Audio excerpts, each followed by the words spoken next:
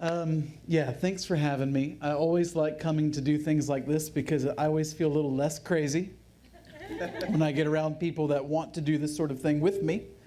It's a really good reason to do it. So thanks for coming and not thinking that I'm such a nut that you stayed away. Gil was mentioning all this stuff is very stretching.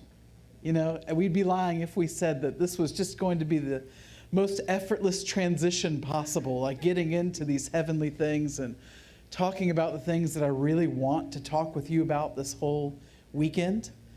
It takes a lot of patience and it takes, a lot of trust. You just kind of have to take everything to the Lord that I say. Your chances of being 100% right about anything are really small. There you go. Yeah. So it's just not likely that anyone really knows what they're talking about, but we take good guesses. And we really try to make things as much of a normal process where you can kind of walk through it as possible. So I'm going to try to do that this weekend. I'm going to give you as much background for all the crazy stuff that I'm going to try to get you to agree with me on. And your job is just to be patient and just to test everything and test the fruit of everything. All of this heavenly discussion that's going around in the kingdom today, I think, would benefit from two things. Number one, some critical thinking, which doesn't always happen. That's right. But some really good critical thinking skills would go a long way. And I think just testing the fruit of things would go a long way. It would really kind of hold off and maybe some deceptions or even some fear of deceptions, things like that. So we get to go on this journey this weekend together. I'm going to tonight give you my story, how I sort of tripped into this unknowingly and unexpectedly, and just to hopefully build some trust between us tonight, tell you a little bit about myself, and we can kind of get to know each other better. And, every time we're together, I want to go to heaven. So we'll make sure after I talk a little bit, we'll take a break and we'll have some exercises together. Does that sound good? Good. I think that may be the most important thing that we do, is make sure that we're ascending there together.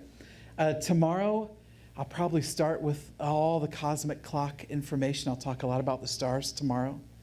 We'll talk about the ages. We'll talk about great big changes that are coming. We'll talk about why all this heavenly interaction is happening right now and what it's leading us into. So that will be mostly tomorrow, I think. And then Saturday, we're going to talk a lot about the angels. And again, we'll do exercises every day. And we're going to, hopefully, if I have it my way, I'm going to really redefine the way that you see the world around you and the way that you see creation and nature. And I'm going to combine the world of the angels with that world of creation for you. And I'm going to do a lot of that historically. So I'm going to give you lots of proofs and quotes and lots of experiences from people other than me. And that's kind of where that critical thinking part comes in, is that I really think the more we can look back in any of this heavenly stuff that we're doing and kind of see where God's been doing things long before us. And we're not just kind of creating it out of nothing right now, circa 2018. We're riding the crest of a wave that God has actually been working on for a long time. And we're not the first people on the scene to do this stuff. We're just the latest in a very long line of this kind of experience. So the more we can draw on that, I think the more it makes that foundation very stable. So we're going to make some great progress there about relationship with angels and nature and all those kinds of things on Saturday. And then I think Sunday night's our last night together, and hopefully we'll have wrapped it up by then. So that's the plan. I'm all for interaction. So if you have questions, you just raise your hand, and we'll give you a chance to ask them. I probably won't know the answers. And if I do, that's great. And also, you may ask a question, and I may go, hey, just hold on to that, because that's where I'm going. But really, don't stand on ceremony with me, okay? If you get sleepy, stand up and walk around. Okay, no one's going to be like, what are they doing? if when I'm getting like, the eyelids get heavy, if I just go move around a little bit, I'm good to go. Jumping jacks are a miracle worker when you start to lose it in a meeting. And also, if you need a break, or if you're like, Chris, 5 minutes would really make a big difference here. Raise your hand and ask for 5 minutes. We have the freedom to do that. Anyone that's online, they probably want the 5-minute break too. So don't worry about it. Let's just not stand on ceremony. Be interactive with me. Talk to me. We're going to do exercises together, and you will be graded on your level of participation. As Gil mentioned, this is a fun time for me because when I go home, I have a week to pack up the house, and then we move to Gainesville, Florida. I'm from Columbia, South Carolina. It's been a crazy time right now, but it's a good time. So we have a lot going on in the Carter household. All right, so can we get cracking a little bit? My story is pretty standard for America. Okay, American Christian story typically goes something like this. You come to the Lord at some point earlier in life. I was really blessed to be raised in a Christian home. Mom and Dad took us to Baptist churches when we were in the South, Presbyterian churches when we were in the North. I don't know why that was, but that's just the way that worked out. So I was baptized at 11 years old at Providence Baptist Church, Charlotte, North Carolina. So it really counted, okay? I was right where you're supposed to be for that sort of activity. I knew what I was doing. I mean, I did understand what was going on. It was a good thing we did that. We moved to Pittsburgh like the next year I was 12, and I promptly fell away from any kind of commitment to the Lord. Had some rough years between 12 and, maybe about 17. And I think this is just like a classic story. You get in the car accident, right? Like that there's something traumatic and you're like, oh Lord, if you get me out of this, I swear I'm going to church again and like doing stuff, Something like that. So in high school, I'm kind of at the end of this high school journey, giving my life back to the Lord. And I'm ready to go to college. Now, I thought, here I am in Pittsburgh, Pennsylvania. I had shoveled the driveway for 5 years with snow, like I've had enough of it. So I thought, where do you go to college? Charleston, South Carolina. What do you study? Marine biology. Anything that's the opposite of what I've been doing with these gray skies and snow. Because, why marine biology? Because the beach. That's why, So I went to the College of Charleston in Charleston, South Carolina. And of course, that's where Jennifer Stapleton went as well to study biology. And I was in there for a year in this biology program and thought, this is not what I thought it was cracked up to be. Where's the beach? Why are we not holding seashells? I don't see what's going on here. We haven't been on a boat one time, And so I'm in there and I'm taking a physics class, and I really just fell in love with physics. And I really believe to this day that was my seminary, was learning physics. I think I learned more about God's nature doing that than I might have if I had gone to like a Bible college or something. A funny story about picking the College of Charleston is that when it was ready to pick a college, my dad and I kind of toured a few in the Southeast because my family was moving back to Charlotte, so I was kind of in that area. And Dad and I were taking the tour together at the College of Charleston, and it's just beautiful in Charleston. There's got the palmetto trees, and you're walking on cobblestone streets to the classrooms, and this young girl's given this tour, and we're all walking in like this group of 20 people, and she goes, the College of Charleston is historically an all-girl, college. Of course that changed at some point, but that legacy is still there. So, to this day, she's telling us that the girl-to-guy ratio is 7-to-1. And my dad, we're kind of in the back of the group. My dad whispers to me in this moment, he goes, son, I would go here for a year just for that. And so, the previous years, I had not had a great track record of listening to my dad or valuing his opinion. But in that moment, I thought, that sounds like wisdom. I think that that's the voice of the Lord, So that's how I picked the College of Charleston. As it turns out, that ratio is exactly what I needed because that's where I met my wife, Melissa. And after 6 years of unsuccessfully wooing her in any way, we were friends for 6 years, and then we got married, and here we are 14 years later. And so it all worked out very nicely thanks to Dad's advice. Go here just for a year. So anyway, studied physics at the College of Charleston. I was doing really good, walking out the Christian life. I think appropriately, I was the president of the Baptist Student Union. So right off the bat, extra points. And while we were there, it would have been my junior year in college, we had like the closest thing to like an authentic revival I think I've ever experienced, even to this day. Totally unasked for pouring out of the Holy Spirit on a bunch of Baptist students who didn't even know what that was, Wow. which is comical and was when I think back at it. It's a very comical moment for the Lord to go, let's get a laugh. Let's just pour out the Holy Spirit on these Baptists. And what a time that was. First introduction into miracles I think that I'd ever had. And of course, there's all these closet charismatics that when they see that something's happening with you, they kind of come out of the closet and they're there to be like, hey, you want to come to this meeting? There's a prophet speaking. And I'm like, what's a prophet? And so, they take you there, and there was this prophet from South Africa, because I think all of the apostles and prophets in South Africa were coming to South Carolina in the late 90s. They were all there. And so we're at this meeting, and there's this guy talking, like a room of 200 people. And he stops his message in the middle of this message. He goes, I just have the name Chris in my mouth right now. And I'm thinking total skeptical, science-oriented person, very, analytical. And I'm going, okay, it's like the most common name in the world. There's going to be like 8 of us in this room, And he's just waiting there, and no one's volunteering, And he goes, I know I heard right. Like, I know that there's a Chris here. And I'm going, where are the other Chris's? And so, there's none. It's just me. And so, of course, you stand up and some guy prophesies over you for the first time in your life, and that wrecks your whole world. And it was just a whirlwind of these experiences, just a whirlwind of them.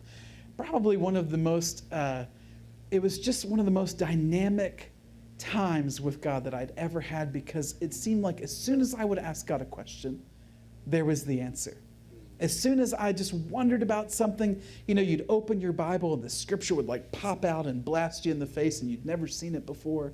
Learning all these different things, experiencing the power and the gifts of the Holy Spirit for the first time. It was a wild time. Now, that was a 6-month like honeymoon, Went through a really hard time after that. Chronicled that journey in my first book a little bit. I don't want to go into the whole thing tonight just because I want to get to other things. Had a really difficult time. And I think, again, this is a really common experience where you have like this really great encounter with God. You go through this dark night of the soul. You go out into the wilderness and it feels like everyone is left and God is left, and you don't know what to do. And it's a dark time, and it's formative. I mean, it really is formative. And then I think, like most people in that situation, I spent, years just trying to get back to what I felt like I had. Like in that moment, like you're trying to step back in to where it all began, to where it all sort of took off. And you're just trying to get back to that sense of passion or dynamism, just whatever it was that's going on. You're just trying to attain to it again, because you don't feel like you're there anymore. This was an 11-year journey for me, by the way, from that moment of, in college to going through this process. And about 11 years later, my wife and I are living in Colombia, just trying all different kinds of different ways to do ministry, failing most of the time, learning all the things we're not good at, in the process. And during that time, some friends of ours were getting into Sozo ministry. Now, you familiar with Sozo? I mean, you got to be. I mean, didn't that originate out here in Redding or something?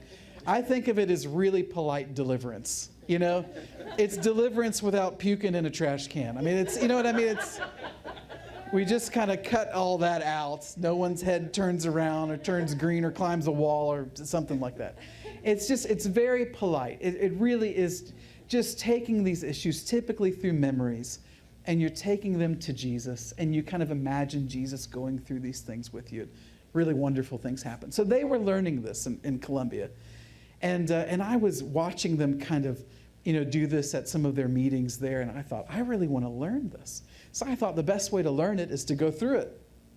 So I made an appointment with them, and I drove up that day.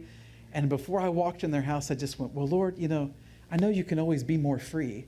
So whatever you want to work out today, I'm good with that, which is famous last words.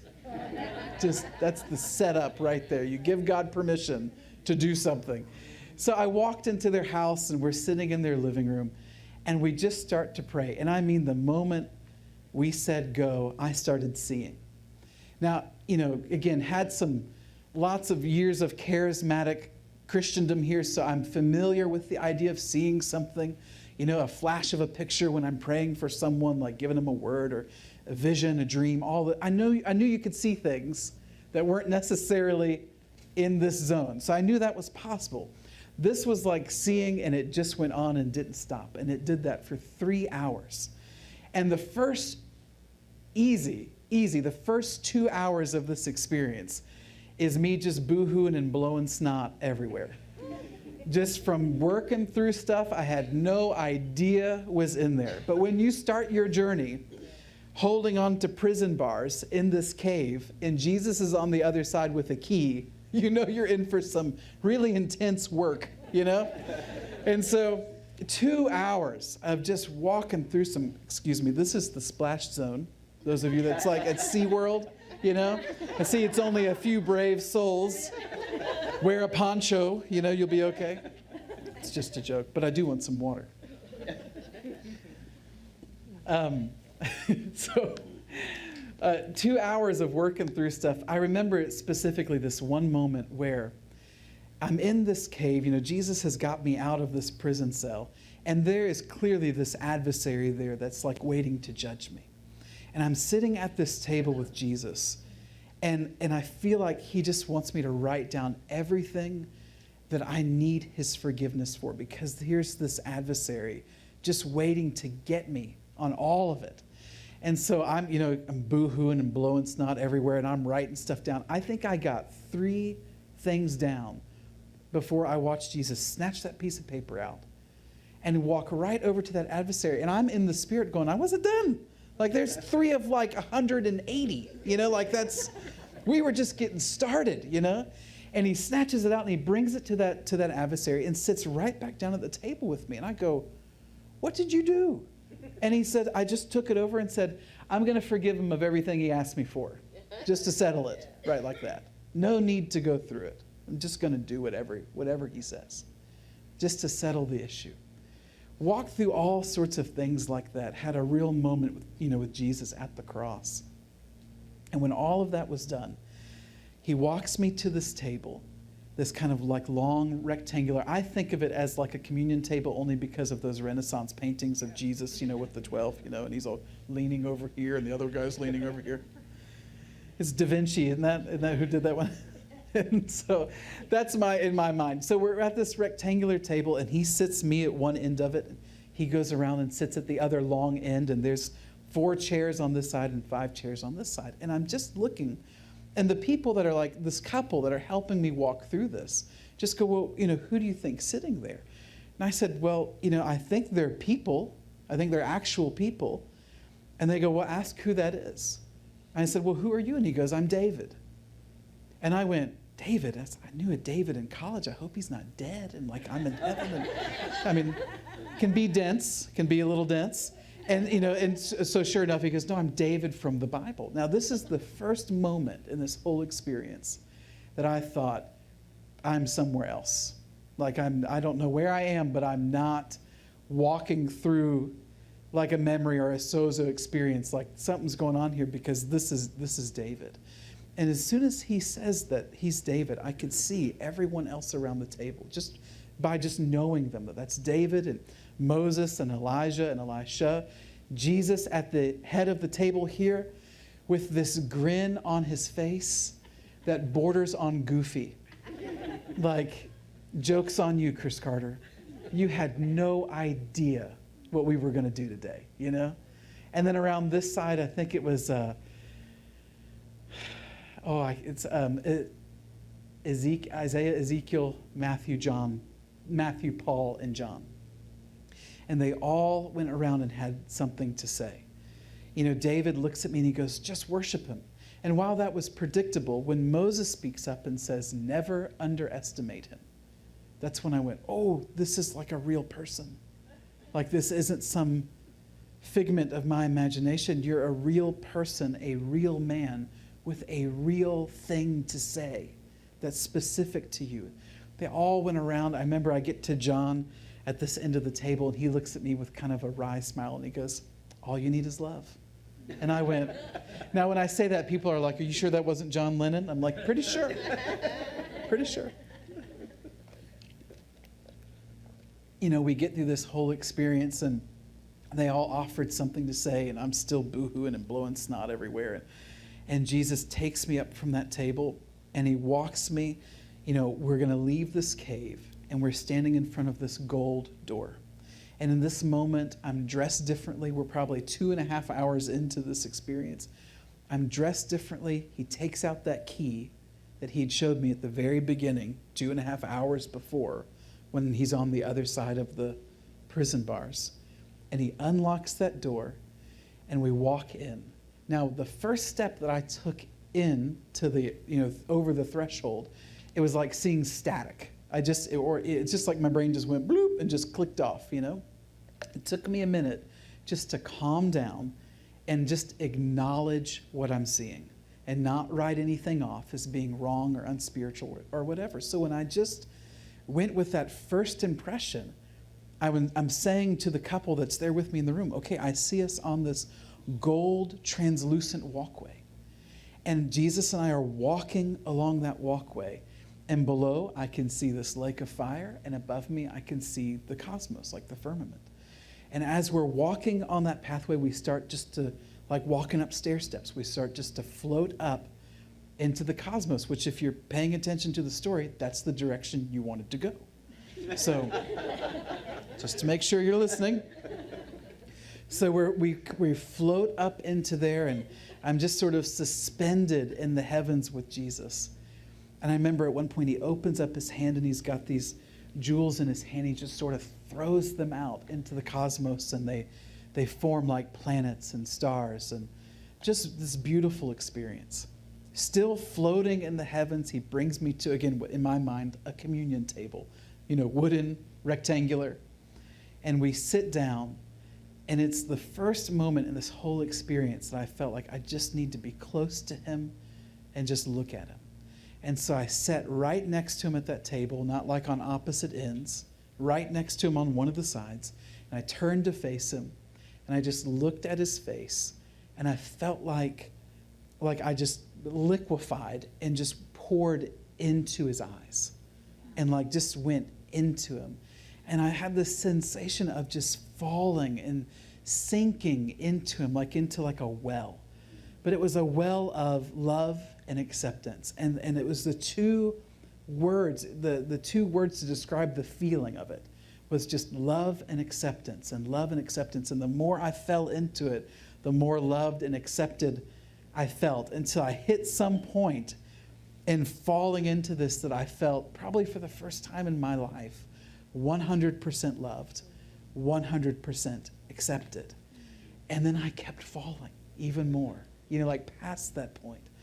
And I don't know how long that went on. I just remember at some point kind of, even in the spirit here, just sort of coming to and realizing I'm standing somewhere and I'm looking out over this pool of water, and I see these like white marble stairs in this throne, and there's the presence of God seated on the throne. And I walked around the pool, and I started to walk up the stairs. Same thing. Each step was more love, more acceptance, more love, more acceptance. And you just got to the top of the stairs like, I don't know what could be better than this. And I remember him standing up off the throne in this moment, and he kind of motions with his arm like this, and this door opens up into this lush green garden. And he says, Christopher, you can come here and walk and talk with me as often as you like. And that was the end of that 3-hour inaugural experience right there. And that was around about 8 years ago now. We good so far? Any questions? The next day, I thought, this is the best thing that day, which I wasn't very productive the rest of that day, just so you know. I think I went home and took a nap. It was a lot to process. Now, again, I think for, 11 years, I had been trying to get back to that sense of like that kind of like charismatic revival moment, because that was the best I had ever experienced. And at this point, that wasn't true anymore. Amen. I thought, this is what I'm doing for the rest of my life. And honestly, I think even early on, I thought, I'm never praying again. I'm just not. And you get what I mean by that. Prayer is this term that denotes distance and delay. If you read your Bible, you don't even find the word prayer. It's 2,000 years into the story before someone says they do it. It's not like it was happening in the garden. I mean, just think through that for a minute. Adam would be like standing by a tree and going, okay, I think I should like get some wisdom here. And he goes, okay, Lord, I just want to pray right now to know what to call this tree. And in that moment, God's standing right there going, what are you doing? Like, just talk to me. I'm right here. There's no sense of that. It's no distance, no delay. And when I was there with Jesus, like having this two-way conversation with him, this experience where we're walking and talking and it's happening in real time, I thought, this beats the heck out of going into my closet, praying through gritted teeth, and hoping that when I'm done, like I can hear one or two words in return, hopefully I'm on the same channel that God's on that day, I thought, this just beats that. I mean, there's no way I'm going to do that anymore if God's saying you can come here and walk and talk with me as often as you like. The next day, I was keeping an office at the time because I was writing my first book. Don't ask me how. I have no idea how I was writing a book called Caught Up in the Spirit while I hadn't done that. Do you see what I'm saying? Like the title was there and everything, and it hadn't happened. I don't know how, but the first half of that book was about written at that point, But anyway, I went to my office where I was, doing the writing at the time, and I didn't know what to do, so I just sat on the floor. I closed these eyes, and I just opened these eyes, and we were right back where we left off. Yeah. And I'm standing there, and there's the Lord, and there's the door into the garden, and we walked in. And day 2 was walking in the garden with the Father, which was just the beginning of all of this exploration of what life was like in the Spirit, in the heavenly places. You're following. Especially early on, it was easy. It was just like I described. I'd sit on the floor, just what I did, close these eyes, open these eyes, and I would be somewhere. There was a honeymoon period of about, a couple months, 2 to 3 months, and then it bogged down hard. I kept that promise, though. I knew that God had said, as often as you want to come, you can.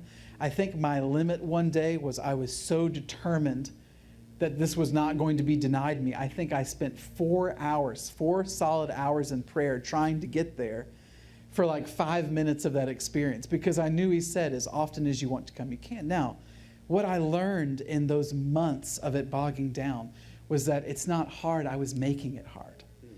I was the one that was attaching all of these kind of procedures and rules and protocols and everything else under the sun to make it work. And you didn't have to do anything to make it work. It was just a free gift that had nothing to do with anything that I was doing. You following what I'm saying? And the more that I grabbed hold of that, it got as easy as it was at the beginning. And so it quit bogging down, and then there we are, off to the races. And that's, 8 years now of just as often as you want to go, you can. And I knew that there was no way it was just true for me. Because when this happened to me, it's not like I was in a 40-day fast. I had not just got back from Israel. I'm not a 17th generation pastor's son. I had not made a pilgrimage to Bethel. I don't think I'd read all the books. I mean, do you see what I'm saying? My life was a holy mess. It's still a holy mess. It still is. There was nothing that you could point to go, well, that's why that happened to him. because he did this. So I knew there's no way that this depended on me in any fashion. So if that's true, it must be available to everyone. Do you see what I'm saying? If you didn't do anything to make it work, then it must just be out there in the air you're breathing, and it has nothing to do with anything special.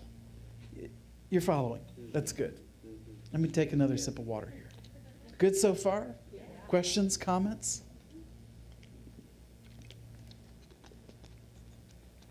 When I first started going, again, I'm a pretty analytical guy. I needed some proof, because I'm enjoying it, no doubt. And there's no doubt in my mind I was going to do it anyway, because I thought this is still way better than anything else I was doing.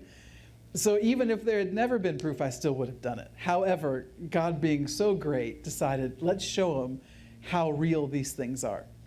So I just want to share with you just a few really fun stories from those early days that just made me go, oh my goodness, this isn't just me imagining things, So right as I'm doing this, we had just had our son Samuel. Well, Melissa had our son Samuel. I just was there and cheered her on. So we had a newborn in the house, and my daughter Isabel is about 2.5 years older. And when Samuel was born, it was like that classic moment where the older kid is like, where's all my attention? And so she had gotten really good at throwing these temper tantrums. And we have a newborn, we have a child throwing temper tantrums. We had no idea what to do, reading the parenting books and feeling like awful parents because we can't figure out how to, where's our daughter? We want her back, And so this particular day, I went to my office to write. And I remember just doing my routine. I'd sit on the floor, I'd close my eyes, I'd open these eyes, and I'm walking with Jesus. As soon as I started looking, I'm walking with Jesus in this portico. You know what I mean by a portico? Where you've got kind of stone wall on this side, floor here, and it's a ceiling, and then there's columns here, and then this is like a garden or a courtyard or something. And this, this portico just seemed to, wrap around the perimeter of this garden. And so I'm walking in the portico with Jesus, and we're having we're shooting the breeze like we would typically do.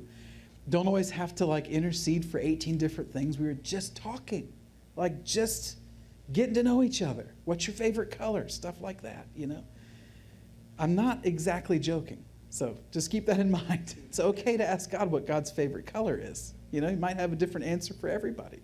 But questions like that are good. So we're walking and we're talking, and it hits me in this moment.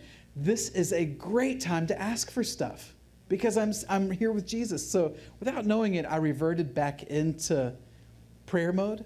And I literally am in the Spirit walking in the portico, and I go, Jesus, I just want to pray for my daughter Isabel. And I remember he looks at me and he goes, what are you doing? It's he goes, don't say pray.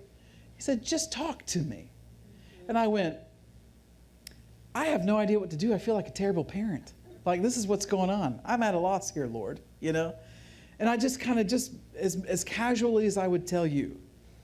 And as soon as I say that, I watch this angel fly in the columns, right in the middle of, where two of them are, fly in the space. And Jesus and the angel, they whisper something to each other, and the angel flies away, just like that. And I go, okay, what just happened, Lord? And he just tells me that verse in Matthew 18 about the little ones, their angels always see the face of my Father who's in heaven. So, we have this experience. I think we talked a little bit more, experience over, I'm back to work. 20, 30 minutes later, I get a call from my wife who is at the zoo with our kids in Columbia, pushing Samuel around, got Isabel there. And she goes, Isabel is completely different today. It's like she's totally back to normal. I have no idea what happened. And I was like, I might know. I might know. Sure enough, that was the end of those temper tantrums, just like that. Had another occasion like that with a friend of mine that I was at my office one morning. I was, doing my thing, going into the heavens, and I get this text from her that she's having this tremendous back pain and, been to doctors and they don't know what's going on. They're running these tests, and she goes, hey, I know that you're doing this, because I had told her, what was going on. I know that you're going into the heavens and all this stuff. Hey, when you go, could you ask about this? And I go, sure, why not, So I'm talking with Jesus. I'm standing with him almost like at the edge of this great chasm. And I know this is like the dividing line between this other realm, this heavenly realm, and this mortal realm here. And we're talking to him, and I had completely forgotten that day. And it occurs to me right before I'm like, okay, I should go right. You know, I got to be productive. Right before I left the experience, I go, oh, wait, my friend called, and this is what she, you know, or she texted me, this is what she said. And all I'm doing is relaying the information to him, not asking for anything. Okay, I got this text, this is what she said, blah, blah, blah. As I'm doing that, Jesus is going, He pulls out this pad of paper and he's writing and whoosh, rips it off like a prescription, you know, just like that. Hands it to the angel. Angel flies over the chasm, and that's the end of that experience. Same situation. I kid you not, these are not an exaggeration alert. I know a lot of stories that we tell when you give someone a microphone and it's kind of their job to go talk to churches. A lot of these stories become fish stories. Did you know that? It's really true. Yeah, but it's true. So, you know, the story gets bigger and bigger and bigger. So to keep myself sober, I give you exaggeration alerts so that I won't exaggerate. Do you see what I'm saying? And I wish more people would do that. Nevertheless, so here we are. Exaggeration alert. This is exactly how the story happened. So 20, 30 minutes later, I get the text from her that goes, pain's gone. You know, don't know what happened. I said, we should talk. Just texted it to her. Called her on the phone, and I told her exactly what I saw. And she goes, I really want to know what he wrote on that note. I said, well, just do this whenever you feel like it. Imagine Jesus with you, you know, the whole thing. So she does it, I think, that evening or the next morning, sitting in the rocking chair, rocking one of her kids, and she sees Jesus there, and she goes, what did you write? And he shows her the piece of paper, and it just says, release her. That's all it said. Now just imagine the cosmic story that played out there. You know, he's going, what's the prescription for this pain? Well, something's causing it. Someone is causing it. So he writes, release her, gives it to the angel. Angel flies over, finds the thing that's harassing her and goes, you know, note from the king, you know. All right, got to go, you know, and then that's it. That's all there was to that. Now, I'm not telling you that because this is like, you know, and every time I pray for someone to get healed, you know, nothing like that happens. You know, that was like 1 in a million. But it was one of those times where it was just God showing me what you're experiencing is happening. You know, I've just had weird moments again early on where I would be talking with Jesus in the Spirit, and he would go, hey, go check your phone. Go grab your phone. And I was like, what are you talking about, Lord? Go get your phone. So I would open these eyes, I'd get up off the floor, and as I would reach for the phone, it would ring. And it was someone calling me. You know, just crazy stuff like that. All things to build my trust level. One of my favorite ones was after I had written all of the text for that first book, and I'd sent it to the editor, there was this one section of Caught Up in the Spirit that kept getting sent back to me to rewrite. And it was the first moment in the book where I was mentioning the idea of being in the Spirit. So it was kind of like a new idea. So the editor's like, I can't make this work. And he gives it to these 2 Messianic rabbis that wrote these amazing books that he knew really well. They couldn't figure it out. And he keeps sending, we'd done this 4 times where I would rewrite it, it would get sent back to me. So the morning, here I'm going to try it again. And so before I do, it's kind of my custom to spend some time in heaven. So I sat on the floor of my office, closed these eyes, opened these eyes, and I see this angel standing right in front of me. It was just my first impression. And he goes, come on up, let's go. So off we go, and we land up there in front of these massive doors. And he pushes the doors open, and we walk inside this cathedral that looks like it could hold city blocks. It was just massive. These pillars like holding up this vaulted ceiling. And then to my shock, rows and rows of pews. For someone that came out of the Baptist church into some charismatic renewal, I was like, are you sure we're in the right place? It should be chairs, you know? We can't go back to pews. Pews were the enemy, you know? Anyway, so Angel walks me down the main aisle, about halfway down, and then we sort of scoot ourselves, halfway down one side here, and we sit down. It's so quiet in this place. It was pin drop quiet. I look at the angel. I go, why are we here? He's got the smile on his face that says, I know something you don't, and I'm not about to tell you. And I know that smile so well after 8 years of wandering around the heavenly realms. It's the same every time, and I just kind of go, okay, I'll just wait for it to work out. So we're sitting there. I notice up at the front of this cathedral these gold organ pipes, like massive organ pipes, which again is like wrecking my, former charismatic thing going on here. So here we are, these organ pipes going up, and Catholic style, getting a lot of heresies already. Catholic style, the choir, how they face each other at the front, And so I look, and it's filled with these white-robed, what I think are angels, and sitting there facing each other. Pin drop quiet until that organ lets out a blast of sound. Shook me even in the spirit, like out of the seat of the pew, just that wah, it goes out. And the choir erupts into Handel's Messiah. King of kings, forever and ever, and Lord of, and it's just blasted through the whole place. And the angel's laughing now, and he looks at me and he goes, choir practice.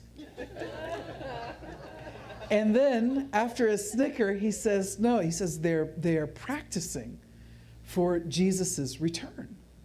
He says, this is the song that will accompany his second advent, which I thought, way to go, Handel. I mean, you wrote the soundtrack of the second coming. That's a pretty cool thing to put on your resume. You get any job you want after that. I wrote the soundtrack to Jesus' second coming.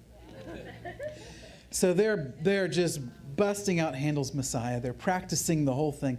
I see Jesus walk up in the front of the cathedral. He's talking with someone. He sees me like a good Baptist, former Baptist, halfway back, middle. And he sees me back there and he kind of goes, come up here. And so, excuse me, to the angel, and I scoot myself out of the pew and go up to see him. And up front, he's got this leather-bound folder, and he opens it up, and it's the pages of these 4 pages that keep getting sent back to me. And he's taken a red pen to every page. And I mean, I don't have a photographic memory, but I did that day. I mean, I'm like taking pictures with my eyes. Like every page, he's circled things. He's got, okay, just take this out altogether. You don't even need this. See this here. This is what you start with. Use this word. And he went through it with me. I mean, I don't know how long it took, maybe 10, 15 minutes, page by page. We went through it. And he just kind of walked me through every correction. We got done. I mean, no propriety here. No protocols here. I was like, thank you, Lord. Got to go. Ran out the cathedral. I don't know why. I could have just opened my eyes. But in my mind, you had to make some kind of an exit. So I'm trying not to forget any of the corrections. And this is not an exaggeration story. I'm just telling you, this is exactly what I did. Ran out of the cathedral, out the door, then opened my eyes, went to the computer and typed it as fast as I could before I forgot anything. Sent it to the editor, not an exaggeration story. Within 24 hours, he emails me and he goes, Chris, it's perfect. Don't know what you did, but it's perfect. Just things like that. It was just building this experience for me that I could rely on what was going on, even though I would have done it without that. Just because of the closeness of just being in the garden with the Father and spending an hour of my morning shooting the breeze with him. Talking about nothing for an hour. And I'm telling you, it broke so many religious tendencies to not be in the Father's presence and feel like you've got to intercede for starving kids in Africa and people over here and what's going on with this, but simply to relate. Yeah. And just to walk, we would just walk a path in the garden. And I could spend mornings doing that. Just days of them, just doing that. Lots of fun things just to kind of affirm that what I was experiencing was real. You still good? Yeah. Do you have any questions? Remember, don't stand on ceremony. You good? Okay. Wait, hold on. How much time do we have? What are we supposed to do? Till Around 9. around 9? I better Right. really. Or 9:30. Okay, I'll take 9:30.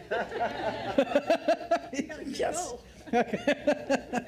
Okay, well, let me tell a few more stories, and we'll do that question. And I just want to make sure we have time to go to heaven together, because we'll get to so much of the meat Friday and Saturday. I just wanted to kind of have a get to know you meeting. Go ahead. What was your question? Oh, I've gone to heaven too. And time was crazy. Mm-hmm. You know, when he called my name, I remember thinking to myself, oh my gosh, he just called my name. It's the first time I ever did that. Yeah. And then he told me what I needed to do, and I told him I couldn't. And it was interesting that it was 2 o'clock in the midnight, and, 2 a.m. Yeah. And by the time I woke up, it was still 2 a.m. Yeah. And that's tricky to me. I know heaven is no time at all. I mean, everything just is gone on time. We'll deal with that tomorrow. Okay. Time's a good thing. It just works a little differently there. Yeah. It's always puzzled me. Yeah. Yeah, I'm with you. It happens all the time. In fact, this is kind of funny though. When I used to do like one-on-one sessions with people, like little coaching sessions, we could be an hour in the heavens and they would get done.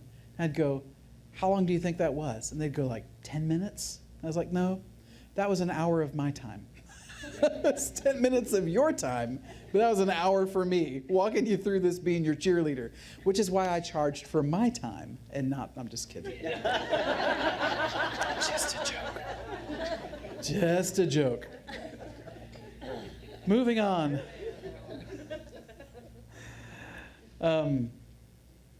One of the most important things that happened to me, probably within the first year or two of getting to wander around heaven, was being shown my home.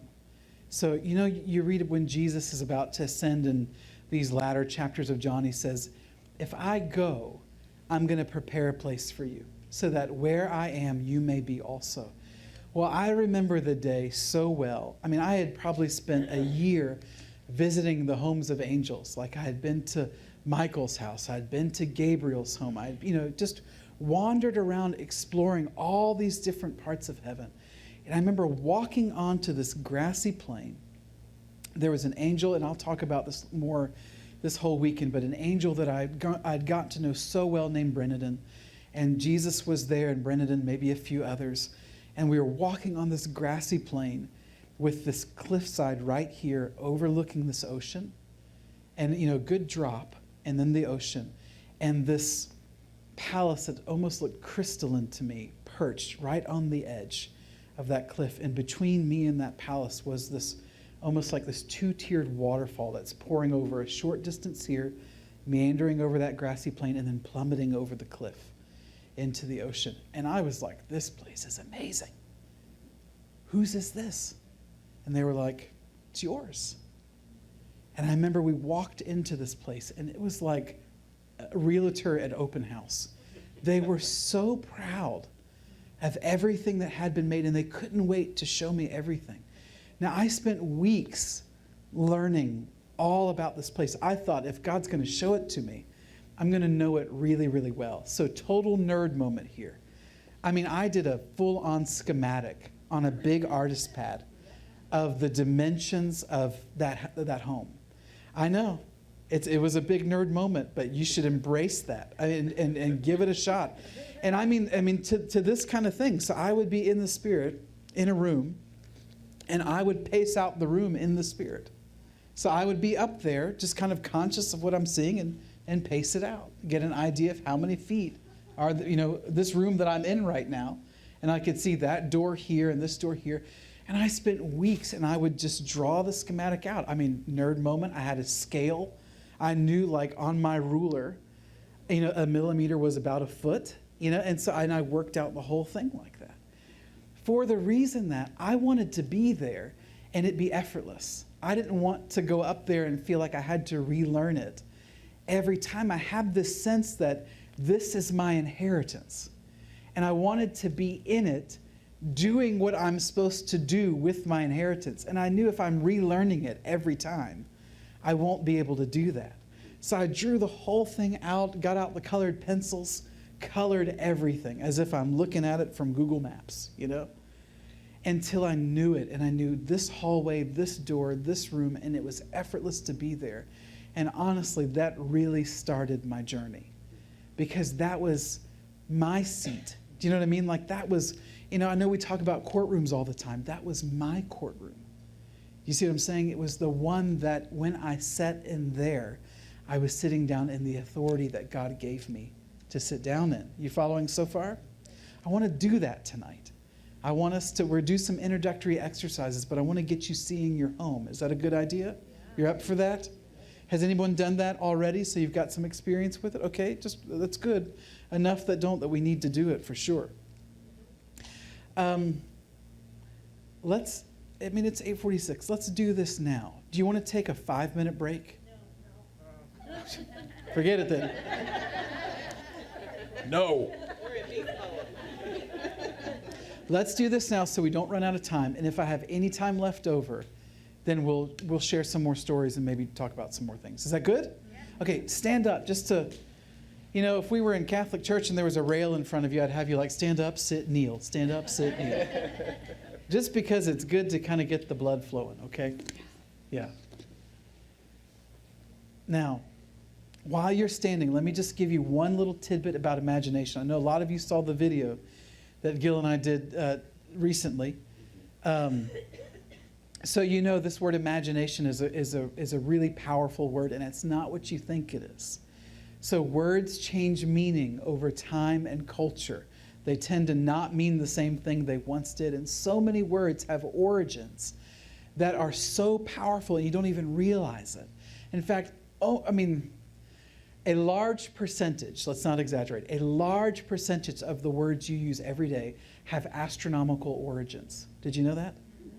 When you talk about someone's disposition, that used to mean how the planets were relating to them, the position of the planets. When you say you understand something, that meant to stand under the canopy of the heavens, which was considered the source of wisdom. When you say something is a disaster, do you know that means the stars are against us? Dis against aster, star. The stars are against us. There's so many words. That's just a smattering. There are so many words that have heavenly or astronomical origins.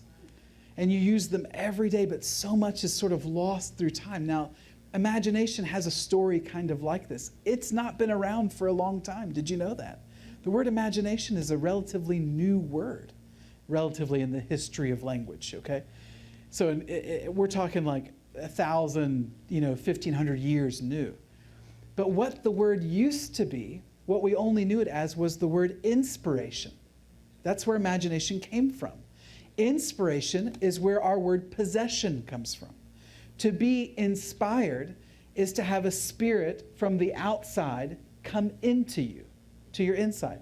It's where we get the idea of you are possessed. Same word as you are inspired. I know you're like, really? Yes, okay. It's the same connotation. Obviously, there was a bad form of having a spirit come into you. There was also a really good one. And you see this throughout the Old Testament of someone being filled, or, you get the idea. Holy Spirit came upon them, So you have this word inspired, to be inspirited, to have a spirit come into you. There is a moment where that starts to shift. And of course, it happens after Pentecost. It doesn't occur to mankind that amazing things can happen from something that's inside them. Prior to this moment, anything which we would call historically the genius of man, the moments where mankind does things that are really extra awesome, the assumption was always they got it from a spirit outside of them that came into them and inspired them to then do something really awesome. You're following?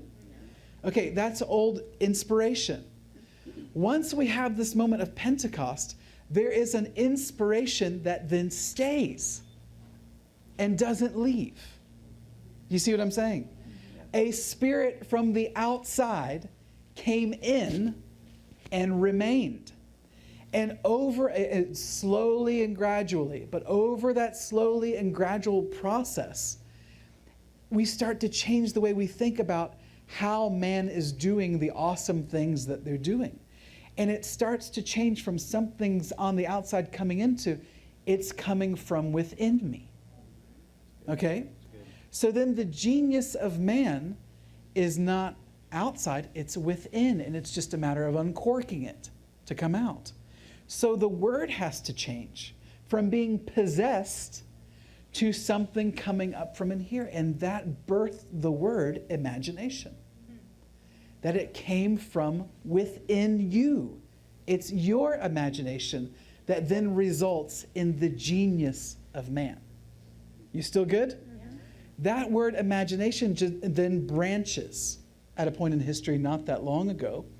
And one branch keeps the original meaning of the word, the genius of man that comes from within, not from without, and the ability to see and image things that aren't necessarily in this realm. Then the other branch of the word tree imagination goes down here to mean flights of fancy.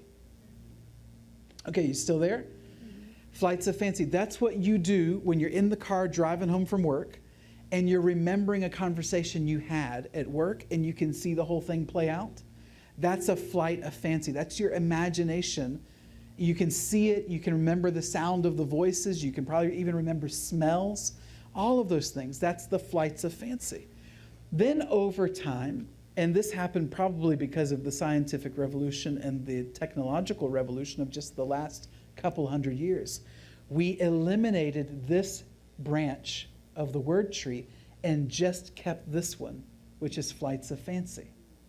So now whenever I say that we're about to use your imagination, you have to then get over that hurdle of, now just wait a minute. I'm not just going to use my imagination. It's not going to mean anything. How do I know that it's from the Lord? And you have to realize when you're saying that, you're saying, I want to go back to old inspiration. I want some spirit out here to smack me with the experience. You're going backwards in time in the evolution of human consciousness and the evolution of man. You're going back in time to old inspiration of being possessed by something, as opposed to realizing that this moment of Pentecost changed it. And over time, we got to this place where we realized the amazing things are coming from a source inside you. So when people are experiencing the heavens with their imagination, a vast majority of the time, myself included, you're going, I'm just making this stuff up. You are making it up. That's how you know you're doing it right. That's good. I know you're like, now, I know, right? Explain that again, Christopher. If it's coming from outside of you, I would question the source.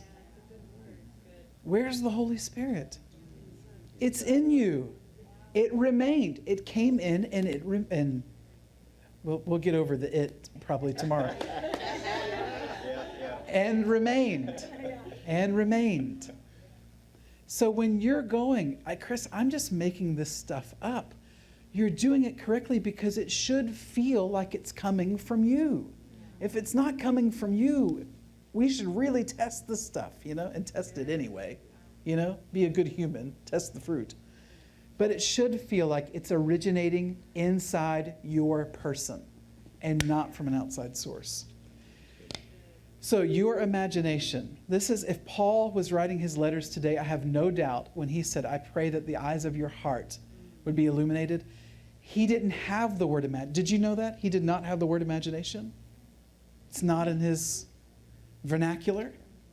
Had he written that today, he would have said, and I think I can say this with some degree of confidence, I pray that your imagination would be illuminated so that you can see, all these things in the kingdom. You still there? How are you going to do anything in the heavenly realm? Through imagination. And I know it's a hurdle, but you're going to have to get over it and just and research what I told you. Don't just take my word for it.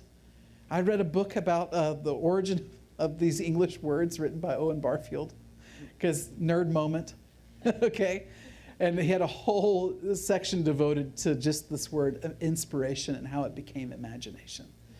Just keep that in mind. You grew up knowing flights of fancy, but that's not what the word is.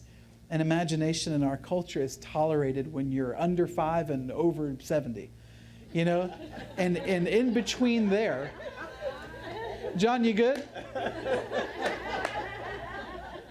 Dream on, brother. And in between those ages, you are sort of required to become mechanical and fit into the cogs and the gears and the wheels and pay your taxes and be productive, you know? And don't worry about that stuff until we don't need you to produce anymore. Yeah. You know, because we think of it as flights of fancy. Okay, so everything that we're going to do right now, we're going to do using your imagination. You're just going to have to trust me a little bit for like the next 20 or 30 minutes. Because what do you have to lose? I promise you, in that short amount of time, no one is going to fall off the spiritual cliff. None of you are going to become demon-possessed and become heretics and fall away from the faith. If you do in the next 20 minutes, you just come to Gil when we're done. And he'll get out the trash can and we'll do deliverance and you can throw up into the trash can.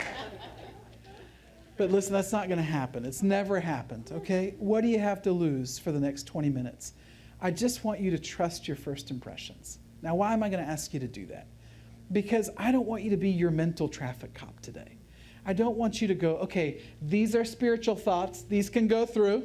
Okay, these are not. Now, this was what I had for dinner. This is not it. Okay, these are good spiritual thoughts. These sound like the Bible to me. This sounds very holy.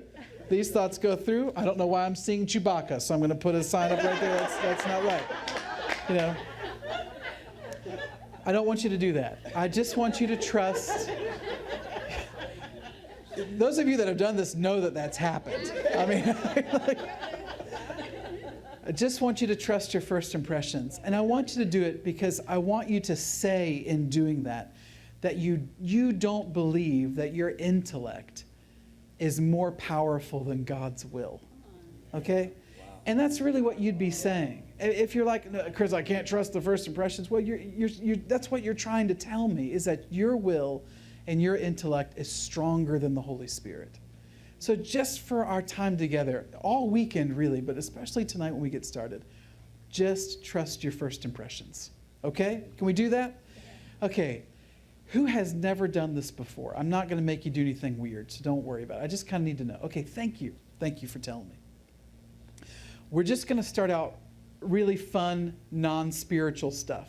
And you can, those of you that have done this a lot, remember this because you can use this like on your, I don't know, neighbor or something when they want to try something like this, okay? This is a good way just to get the imagination going. Okay, close your eyes for a minute. Can we sit down? Huh? Can we sit down? No, stand up just a little bit more. I just want you to be nice and uncomfortable. I'm just kidding. I just want the blood to flow a little bit. You can sit down in a minute, I promise. I'm just going to say a word, and I want you to, when I call on you, you can raise a hand. You're going to tell me what's the first thing you see when I say this word. Are you ready? First thing, first impression, don't write anything off. 1, 2, 3, airplane.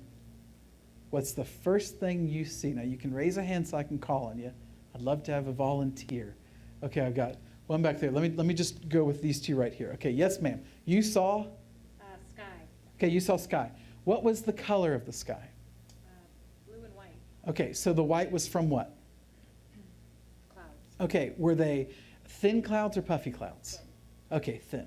How far were you from those clouds, if you had to guess? Are they super far away, or were you close to them?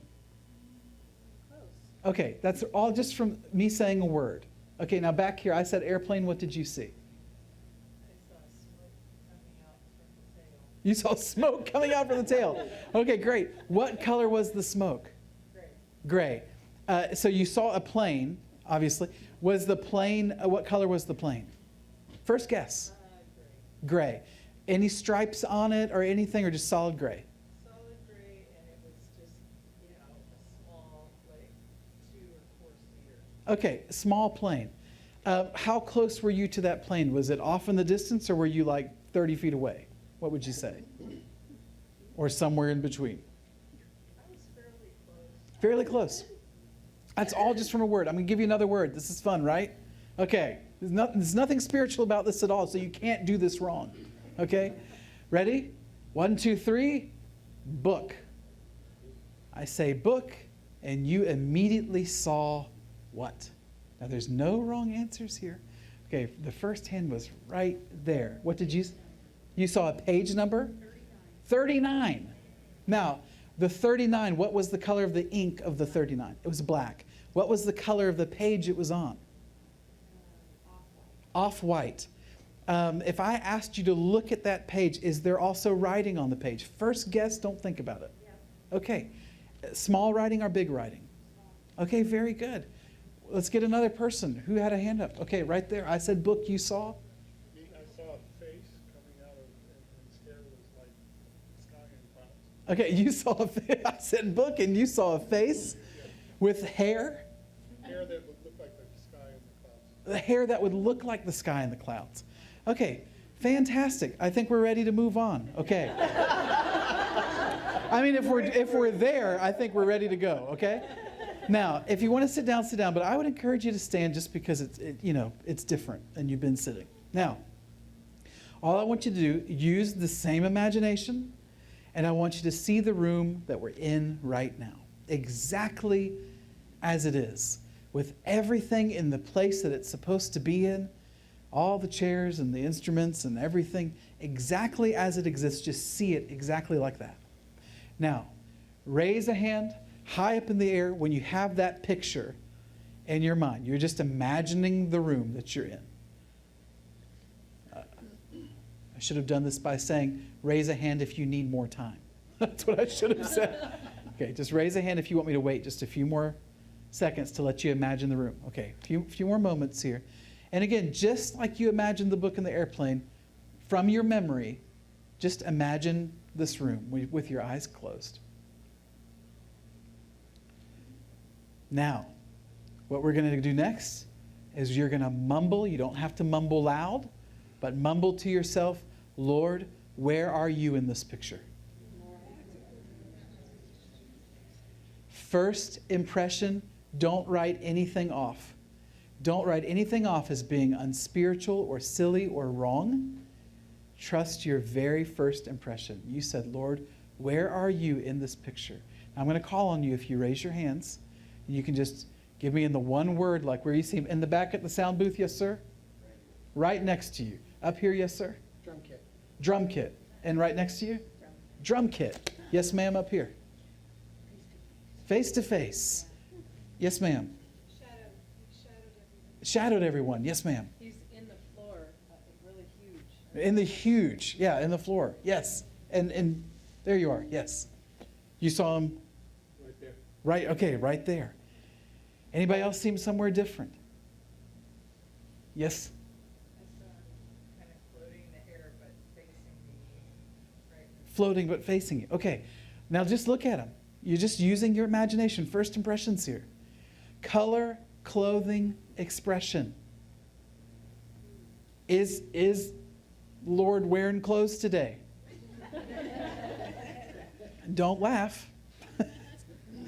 It's possible that could occur opposite what you would think. So, what color are the clothes? What kind of clothes are they? What color are they? What's the color that stands out to you? First impressions. How about hair color? Does the Lord have hair? How long is it? How tall? Any of these things, good details to look at. Color, clothing, expression. What's the expression on the Lord's face? First impressions there. Don't write anything off. Just trust your very first impression. Now raise a hand. You can tell me any of those details that you want to tell me, or all three if you do it quickly. Any takers? Yes, ma'am? He's wearing white, but it has like purple trim. Purple trim, why wouldn't it? Yeah. He's got dark curly hair, and he's like really close. Really close. Very good. Yes, ma'am? He's compassionately smiling. Compassionately smiling. Yes, sir. Ivory white, gold belt, Yeah. white hair, Yeah. totally Awesome. Loving that description. Yeah. Yes, sir. White tunic, blue sash. Yeah. Long straight, or semi-long straight hair. Yeah. He's smiling. Smiling. Anybody else? You want to go here? Be brave? Yes. I saw him standing in each person. In each person. In Yes. each person, so you could see him and the person Nice. kind of inside of him. Right on. And he looked different for every single person. Yeah. He was dressed differently. Cool. Prepared differently on each. Very good. Very good. Anybody else? Yes. He was facing me and he was doing this, Yeah. saying to come on up. Awesome. All right, now let's do that. So what we're going to do is, wherever you're seeing the Lord, I want you to mumble out loud, ever so softly. You don't have to disturb your neighbor. Lord, will you come close to me, or should I come close to you? Go ahead and mumble it. You know, for some of you, you're already close, but I want you close enough to touch if you aren't. And trust the first impression. Did Jesus immediately start walking to you? Or was he like giving you the finger to motion you forward, like you come up to where I am? Either one's fine. All I want you to do is just to get close enough to touch so you can grab an elbow or do something. And just give me a hand if I need to wait a little bit more before I move on. Do you need a little bit more time? Okay, don't worry. We'll get it worked out.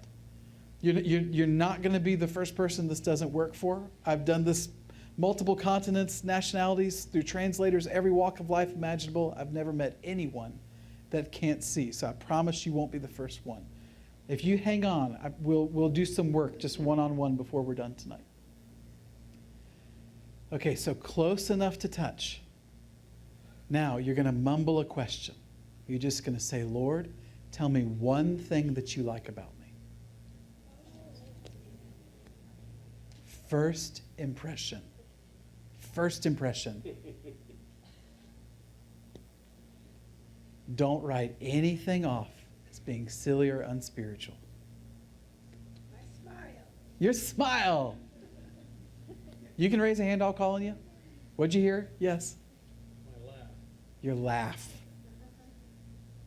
Yes. He said, "You're like a butterfly." You're like a butterfly. Why wouldn't he say that?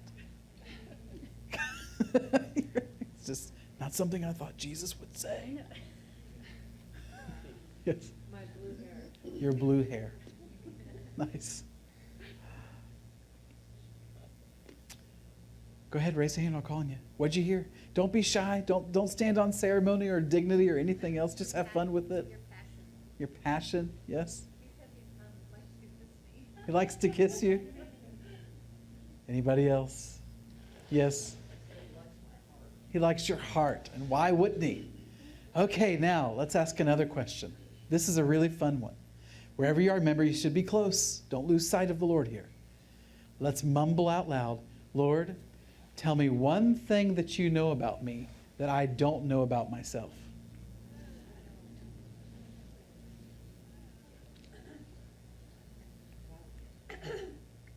First impression. What's the very first impression you hear? Don't write anything off. What'd you hear? Well, I want to go back to the first thing, because when I asked him what he liked about me, he said, you're daring. And the first response to that was, no, I'm not daring. I mean, I'm... You're wrong, Jesus. So, Yeah. so when you said ask the second question, and it was like, well, you just told me that. Yeah. You said you're going to win. Oh, And nice. I was like, okay. Yeah. Very good. Very good. Go ahead. Raise a hand. I'll call on you. Yes, sir. Where I'm gonna be in a year. Ah, nice. Keep going. Yes, ma'am. He said I'm going to be successful. You're going to be successful. Where else? I know you heard fun stuff. Don't be shy. Yes, ma'am. That people walk on water. You can walk on water. Keep going. Uh-huh. And I'm fabulous. Yeah, you're fabulous. And of course. Any others? Yes? Said I have a ring in my hair. Yeah? I don't know what it means either. But guess what your next question should be? Lord, explain that. Then trust your first impression. Yeah. How about any others? What's one thing he knows about you that you don't know about yourself? Let's have one more. One more. I see the hand. Yeah. He says, I know where you're going. Awesome. Now, remember, you want to grab an elbow, hold on tight here. You're just going to mumble to the Lord. You're going to say, Lord, would you take me to the garden? And trust the first impressions of whatever he says or does. Just watch him like a hawk. You said that. What does he do? First impressions. Now, how many of you saw a gate? As soon as I said that, how many of you? Yeah? A couple gates? How many of you just appeared in the garden? Mm-hmm. It's okay. You don't have to talk just yet. I just want you to be there for a minute. Trust the first impressions of what you see, what it feels like to you. Again, don't distrust. Let your imagination do the work. Don't go back to old inspiration and wait for something to smack you in the head about what you're supposed to see. Your imagination knows what you're supposed to see. All you have to do is let it tell you. That's good. That's good. And don't think that it's going to feel like a different source. If you're like, Chris, I'm making up what I want the garden to look like, I would say congratulations.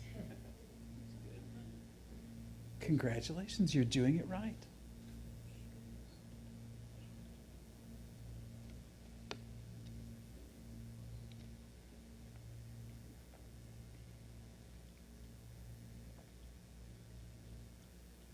And you can ask Jesus, you can just say, Lord, what's one thing you want me to see in this place right now? And just let him lead you.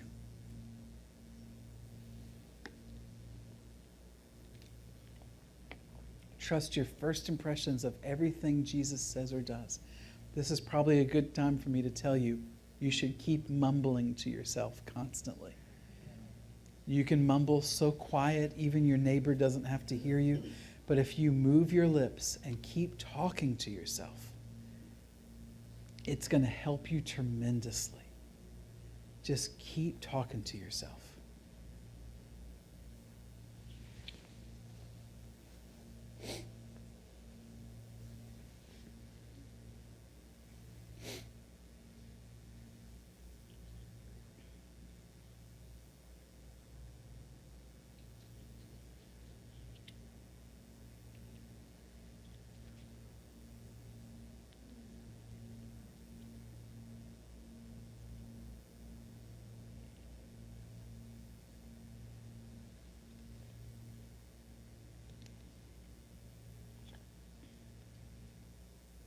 You're allowed to have a conversation here. Don't let me feed you all the questions or all the conversation talking points. You just keep asking yourself, what is Jesus doing? What is he saying? What am I doing? What am I saying? And keep trusting your first impressions.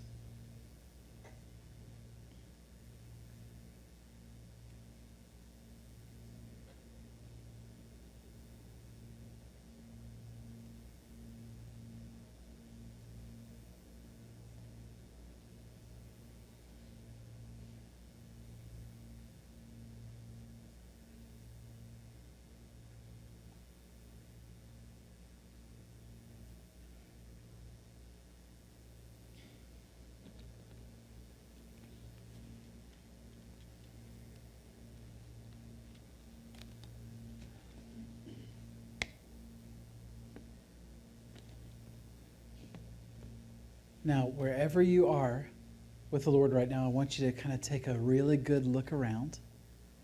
Like, wherever you are in a garden, or if he took you someplace else, that's fine. Doesn't matter. Just take a good look around. And I want you just to ask him, can we come back to this spot? And then, tomorrow or tonight before I go to bed, whatever you want, just ask him, is that okay, Lord? Are we allowed to come right back here? Just ask him, trust the first impression.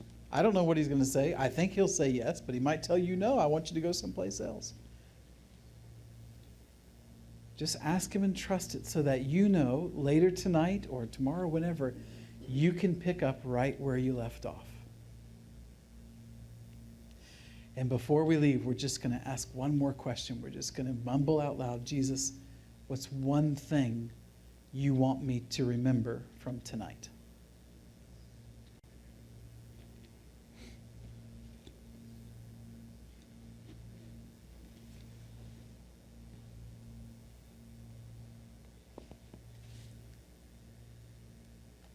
And trust the very first impression of what you think he says. Take your first guess on what do you think he said.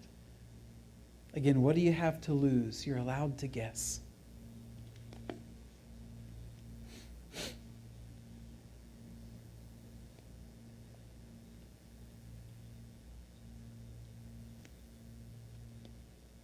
And then when you feel like you're done, you can give some kind of a farewell, a hug, high five, fist bump, doesn't matter. Just tell the Lord, thanks. I'm going to see you soon. Maybe when I get home tonight, before I fall asleep, certainly tomorrow. When we kind of go to all sorts of different places together. But just give some kind of a farewell, and then if you aren't sitting down, sit down and open your eyes so I know you're back and you're alive. And you made the trip okay. We didn't lose you. Okay, really simple stuff. Now, can I take like 14 minutes and just tell like 2 stories really quick? And then we'll be done for tonight. I want to really drive home how much you don't need to be special to do this. And this is the kind of thing that you don't wait to do like once you fasted and prayed for days, or you've done all the right stuff and then you're thinking, okay, that'll get me there.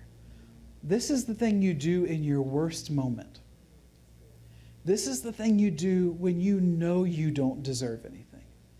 This is what you do in those moments. You do this kind of stuff like what we just did on your worst day, in your worst, most jacked up moment that you're going to have. That's when you do this. Waiting to feel like you've earned this trip is a mirage. It's just the moment you think that you've done it, and wait 3 seconds. You will realize you've undone it, you know? I had so many experiences early on. It seemed like that's one thing God wanted to solidify with me, was that you cannot think that this is somehow for the elite Christians and that the rest of the masses just have to work on sinning less, you know? It's really for everybody. There's a couple moments where that was driven home for me. One time I was headed to my office to write, and right before I left, I think I wrote this story in one of the books, right before I left, me and my wife got into a marital discussion of the epic variety. In this particular case, it was my fault. And I remember driving to my office feeling like I had acted like such a jackass to this really wonderful woman. And I remember even driving to the office thinking, what am I going to do when I get there? Like, I can't go up there like this. I mean, this is not how this is supposed to go. And sure enough, I get to my office, and I'm thinking, what's the protocol for being such a jerk and then wanting to go to heaven? And like, what's the right maneuver? And I remember just peeking open the eyes of my heart and seeing Jesus with this almost goofy grin and like this power stance like this. And he's like, hey, come on up here. And not an exaggeration alert, this is exactly how the story happened. I looked up to heaven and said, did you not see what just happened? And he goes, yeah, come up here. And I didn't trust him. I was like, no, this is a trick. Like, I'm going to go up in the spirit and some angel is going to drop kick me right back down. I can see it coming. It's like a Charlie Brown moment where Lucy pulls the football away. You know, it's just, I know it's going to happen. And so I spent probably 45 minutes just kind of fuming mad and pacing around my office, just wondering how I could be just so not nice, and trying to figure out what to do about it, to maybe feel like it was okay for me to go. 40, 45 minutes later, I peek open my eyes of my heart again, my imagination eyes, and I see Jesus, and he's just like, would you just come up here and we talk about it? And I go, okay. So I'm, sat on the floor, close these eyes, open these eyes, and I see myself sitting on these steps. I'm sitting here and Jesus is here, and I feel like I'm like 8 years old. And he's big and I'm small, and we're sitting on these steps together. And I remember he puts his hand like in my lap, and I can feel like the lines in his hand, and I can feel the hole. And I'm like rubbing it with my thumb, and sure enough, I'm boo-hooing and blowing snot everywhere. And just doing this, I remember looking at him, and I just said, Lord, how does my foolishness not make you mad? How does it not cause separation between the two of us? And he goes, Chris, he says, I stayed on the cross until it was done, until it was finished. He said, I didn't stay up there and cover 99% of the world's sin and then get down so that you could pay penance for the other 1%. He said, I stayed until it was finished. Now, I'm kind of dense, okay? So I was like, okay, I really get that you love me. Like, I really get that you did that. Still have his hand in my lap here, and I go, but same question. How does my continued foolishness not make you mad? How does it not cause some separation between the two of us? In that moment, he turns on the stairs to face me. He goes, Christopher, God did get mad at your foolishness. And he took all of his anger out on me so that he would never have to be mad at you again. Now, that was good for me. And could you get that message reading the scriptures? Sure you could. But to quote someone who said this, a man with an experience is never at the mercy of a man with a theory. And in that moment, that theory of that became very personal and very real. And because I'm dense, I've had to learn that lesson about 1 million times since. If I have an arch nemesis in my life, it's the voice in my head that says, you're getting good things from God because of the good things you've done. It's the arch nemesis of my life that says you've somehow proven yourself worthy of something. It gets me all the time. I remember, similar scenario, feeling like, an idiot over some behavior or doing something, and sitting in a Starbucks, like pondering again, how am I going to go talk to Jesus? And I remember the Father just meeting me at the Starbucks table and going, tell me what you were doing again when I decided to introduce you to the heavenly realms. Tell me what you were doing to make me think it was a good idea to show you that. I was like, nothing. He goes, so if you didn't do anything for me to bring you here, then you can't do anything for me to unbring you here. Because it's not based on anything you're doing. It's based on an act of mercy. You following? An A+ on your God report card is not earning you a trip into the heavens any more than an F- is keeping you out. You want me to say it again? An A+ on your God report card is not earning you a trip into the heavens any more than an F- is keeping you out. Has nothing to do with your performance. Nothing. You just go as you are. That's the trick here. Go as you are. I know that there are a lot of scenarios in heaven that require kind of knowing what you're doing. Sometimes people call those things protocols. Now, my experience is that relationship trumps those things every day.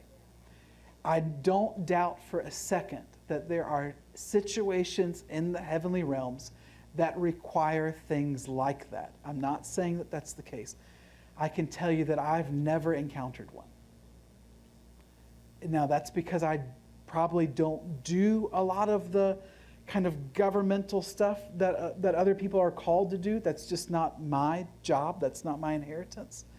But even for the things that I am called to do, I have never met a series of behaviors or actions that are needed prior to going or to do something there. All that I've found that's needed is a relationship. That's it. And God takes good relationships and bad ones. You just go as you are. Because what are you going to do to prove yourself worthy to do anything up there? Nothing. You can't do it. So this weekend, I'm going to bring it to a close now. This weekend, we could go on for hours more. This weekend, we're going to do a lot of heavenly visits. And I don't care what state you come in here in, just go. And God will work it out. He'll get it figured out. Tomorrow, we're going to start with the cosmic clock and the stars and the ages and what in the world's going on these days and what's about to be going on these days. And we're going to do all of that, and we're going to talk about heresy and orthodoxy and the identity of the Holy Spirit and what is going to happen in the centuries or decades to come. We're going to look at that tomorrow. And like I said, Saturday we'll talk about the angels, and we'll do exercises to really build relationship there with the angelic realm. And if you had any trouble tonight, you were like, Chris, I blanked out, couldn't see anything, just come spend 5 minutes with me before you leave. I promise that's all it will take to just get it sorted out.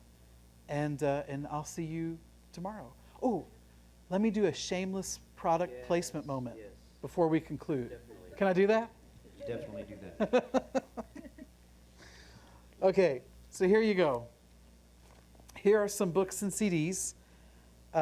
This is book number 1. It's probably the most honest book I wrote. If for no other reason, I just really chronicled my struggle. And so Caught Up in the Spirit was really my journey, kind of going from charismatic Christendom to entering into a life of experiencing heaven in the Spirit. Lots of good foundation there. This was book number 2, which was really the first couple years of wandering around the heavens and things that were encountered there, and a lot of practical how-to stuff at the end, like the exercises we were just doing. A lot of that's in here. And then Cosmic Shift is the dangerous one. I'm glad you like it, Gil. This is very theoretical. This is me asking a lot of questions and discussing things and speculating. Now, personally, and we'll get into this tomorrow morning, because we are in a transition between cosmic ages, and that's something that can be marked astronomically. You're living in a time where I think we're going to have to become more comfortable with speculation. It's not a time where you're going to know everything. And if we're requiring people that have the microphone to be 100% accurate, no one will be able to talk. So we're going to have to allow for environments with questions and speculation, and it will take a ton of maturity amongst Christian groups that venture into that. So that's Cosmic Shift. These CDs are not teachings. They are little guided heavenly journeys, kind of like what we were just doing. A lot of what I just did is in this first CD called The Basics. And each of the other CDs is like 2 separate little journeys, and it was a lot of fun to make because it's just me recording, like walking you through a heavenly experience, and we've got this great ethereal music playing in the background, and it's so new agey. It was just so much fun. But that's what these 4 CDs are. I brought a credit card reader. I have one if you need it. And that will be today's shameless product placement moment. Love you guys. Thanks for coming. See you tomorrow, hopefully. And we'll take it from there.